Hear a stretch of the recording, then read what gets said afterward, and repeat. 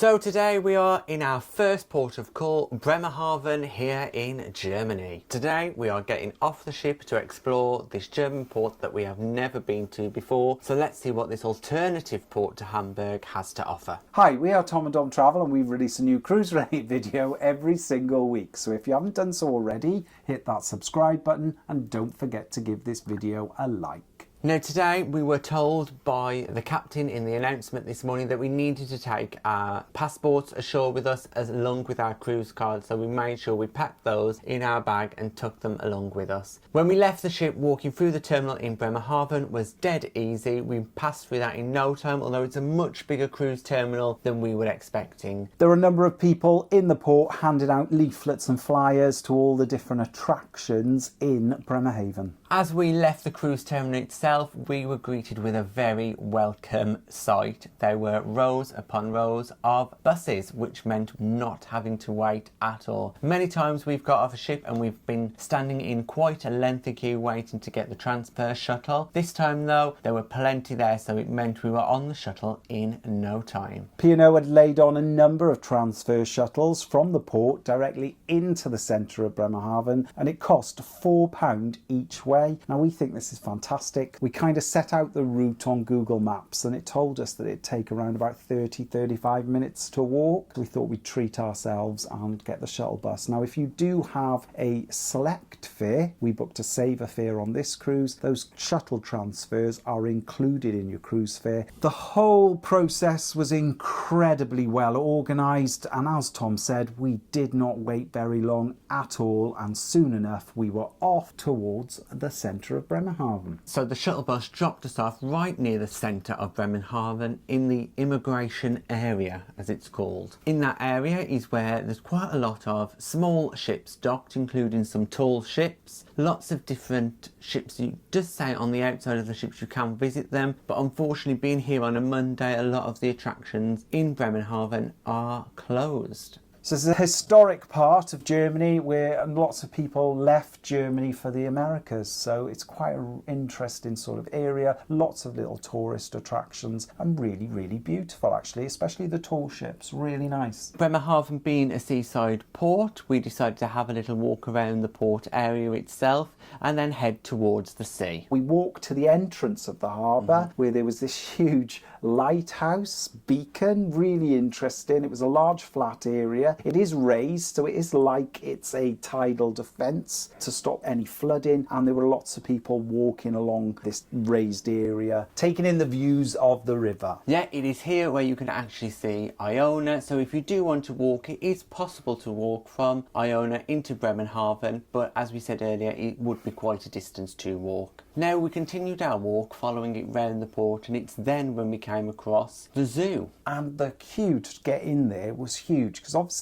a lot of other passengers from Iona wanted to experience the attractions of the town. Now we made a little note about this zoo because we thought this could be an option for us later on. So we headed off away from the zoo and into the town centre itself. Bremerhaven has got quite a modern outlet shopping centre. It's got a unique feel to it. It's all enclosed, all inside, and there's a number of top brand shops that are available in there, as well as public toilets as well. This shopping centre is set up in a circle area, so you can do a full lap around, and there's a food court located right in the centre. Just opposite the entrance to the outlet shopping centre, there was the Klimahaus, which is like an experience of different Earth climates to try and promote awareness of climate change. Yeah, we spoke to some of our fellow passengers who did go to the Klimahaus and they said it was fantastic. You move through different sections of the attraction where the temperatures are changing and you get a feel for each different area around the world. It sounded really interesting. However, we didn't realise that until after we'd got back on the ship and other people had sort of said, oh, it was incredible. We did price it up and it was around about €20 per person. But if we were in Bremerhaven again, we'd definitely make the effort to go into there and experience this. From the climate attraction, we then walked across a glass tunnel bridge where we then entered into a more traditional shopping centre. The Columbus Shopping Centre in Bremerhaven is the main shopping area. There was just about everything and anything in there. It was absolutely huge, multiple levels. It was like a little rat run. We didn't know whether to turn left or right. It was all very, very confusing. And from the shopping centre itself, we then headed out onto the main high street. Here on the high street, we came across some rather unusual shops, but we'll come back to those in a minute, because the first thing that we got to see when we entered out onto the shopping centre was the church. The church was bombed during World War II, and from the outside it looked really traditional and authentic, but as soon as we got in, it had a very modern feel to it. Yeah, it was very minimalist feel for a church. We've been in quite a lot of churches in places, for example, like in Spain, where they're quite ornate, there's quite a lot of gold, and in Italy where there's a lot of frescoes painted. Here in Germany, the churches always tend to be a little bit more simpler and modern, and we think that is because a lot of them have been rebuilt post-war.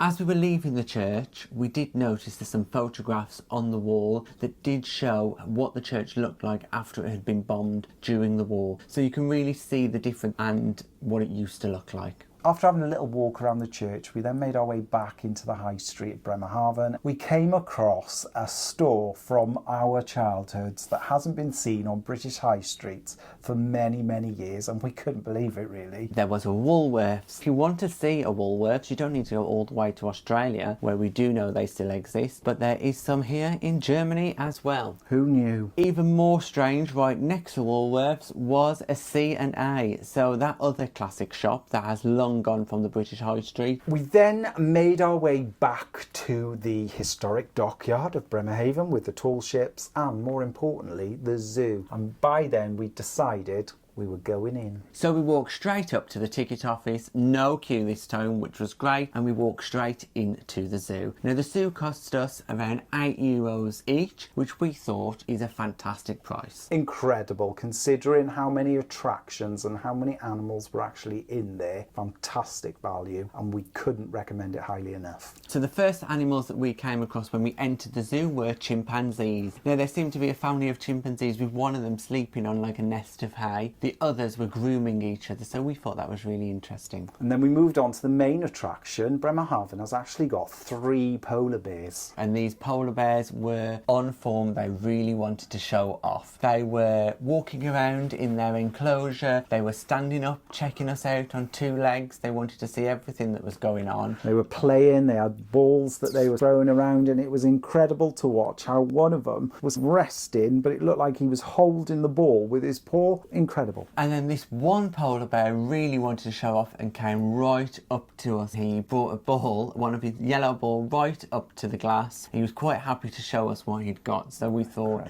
we would never have got this close. Now we went to Greenland on a cruise. If you haven't seen that, check that out. But we did not see a polar bear. But here, we never thought we'd get this close, so really, really great experience. So we've been all the way to Greenland and never seen a polar bear. We nip across the English Channel to Germany and bang, we see 3. It was incredible. It was. Now, other animals that are in the zoo, we saw seals. There were 3 different varieties of seals, and they were so playful. They were coming out of the water, swimming past us, looking us directly in the eyes. You know, it really did feel as if they were showing off. They were very curious about us. They were. It was incredible. And they were just swimming, jumping, heads up, swimming on their back, passing us within a couple of meters. We saw penguins, some very small monkeys, and we also went into the aquarium where they've got such a wide variety of fish. And the thing is, as you start looking into those tanks where the fish are, you start seeing more and more things. It is a really great part of this attraction. They also had a number of conservation displays and information points, and some of it was quite poignant, especially things like plastic in the ocean and things like that. It is important to note that a lot of the displays do only have German on them, but we had our Google Translate with us, and it has no problem just to take a photo of the picture and translate it straight away. It worked out really easy for us. There was also a couple of pumas, however they were sleeping, but they did have one eye on us at all times as we were there. Yeah, definitely keeping an eye on us. At the zoo there was also Arctic foxes, there were a number of rabbits because they were massive, a snow owl who was very, He looked in a mood. he did look really, really moody. He saw us coming and he went like this. There's a little cafe inside the zoo, and we had a coffee and I had a giant pretzel, and it came to around about €10, which we thought was incredible value for the two of us. By going later, we did feel like we had the place pretty much to ourselves, so it was a fantastic experience and we would highly recommend it because it is such good value for what you get to see. Online it does say perhaps you'll spend about an hour in there. We were in there for 3 hours and we thoroughly enjoyed ourselves. There was no point that we thought, oh come on, let's go now. Really, really great attraction, and I think more people should go. So it is important to say that the zoo itself felt like it was really clean, the animals looked really cared for, so we were quite happy to spend some time there. We really enjoyed it. After the zoo then, it was time to head back to the ship, and the zoo is straight across from the pick up and drop off area for the shuttle bus, and as we approached the shuttle bus we could see that it was nearly full. You have to scan your cruise card before you can get on, and then we were on that shuttle bus and we were off. Yeah. No waiting about. Again, the journey took us about 15 minutes to get back to the cruise terminal itself. It was then when we reached the cruise terminal there was another 2 coaches that arrived at the same time who had been on excursions to Bremen. That meant that the cruise terminal was very full. Yeah, I think we just timed it really, really badly because we were queuing for quite a while just to get through security and back onto the ship. But these things can't be helped. From what we saw, there were just 2 security checkpoints and there wasn't many people on security doing the checks themselves, so it did slow things down. But it wasn't too bad. I say 20-30 minutes we were back on board Iona. Now what we did say earlier is that we had to take our passports with us, although at no point did anyone check our passports, so we're not sure what happened there because it was clearly communicated by the ship that we needed our passports in the port, but we never had to show them. But we had a really, really fantastic day in Bremerhaven, completely unexpected, thoroughly enjoyed it. Thanks for watching our day in Bremerhaven here on P&O Iona. If you've got any comments or questions, just pop them in the box below and we'll get back to you. If you'd like to support us in making future content and receiving exclusive benefits, we're also available on Patreon. And please don't forget to like and subscribe. It's free. And hit that bell notification button to never miss a video from us. Thanks for watching. Bye bye.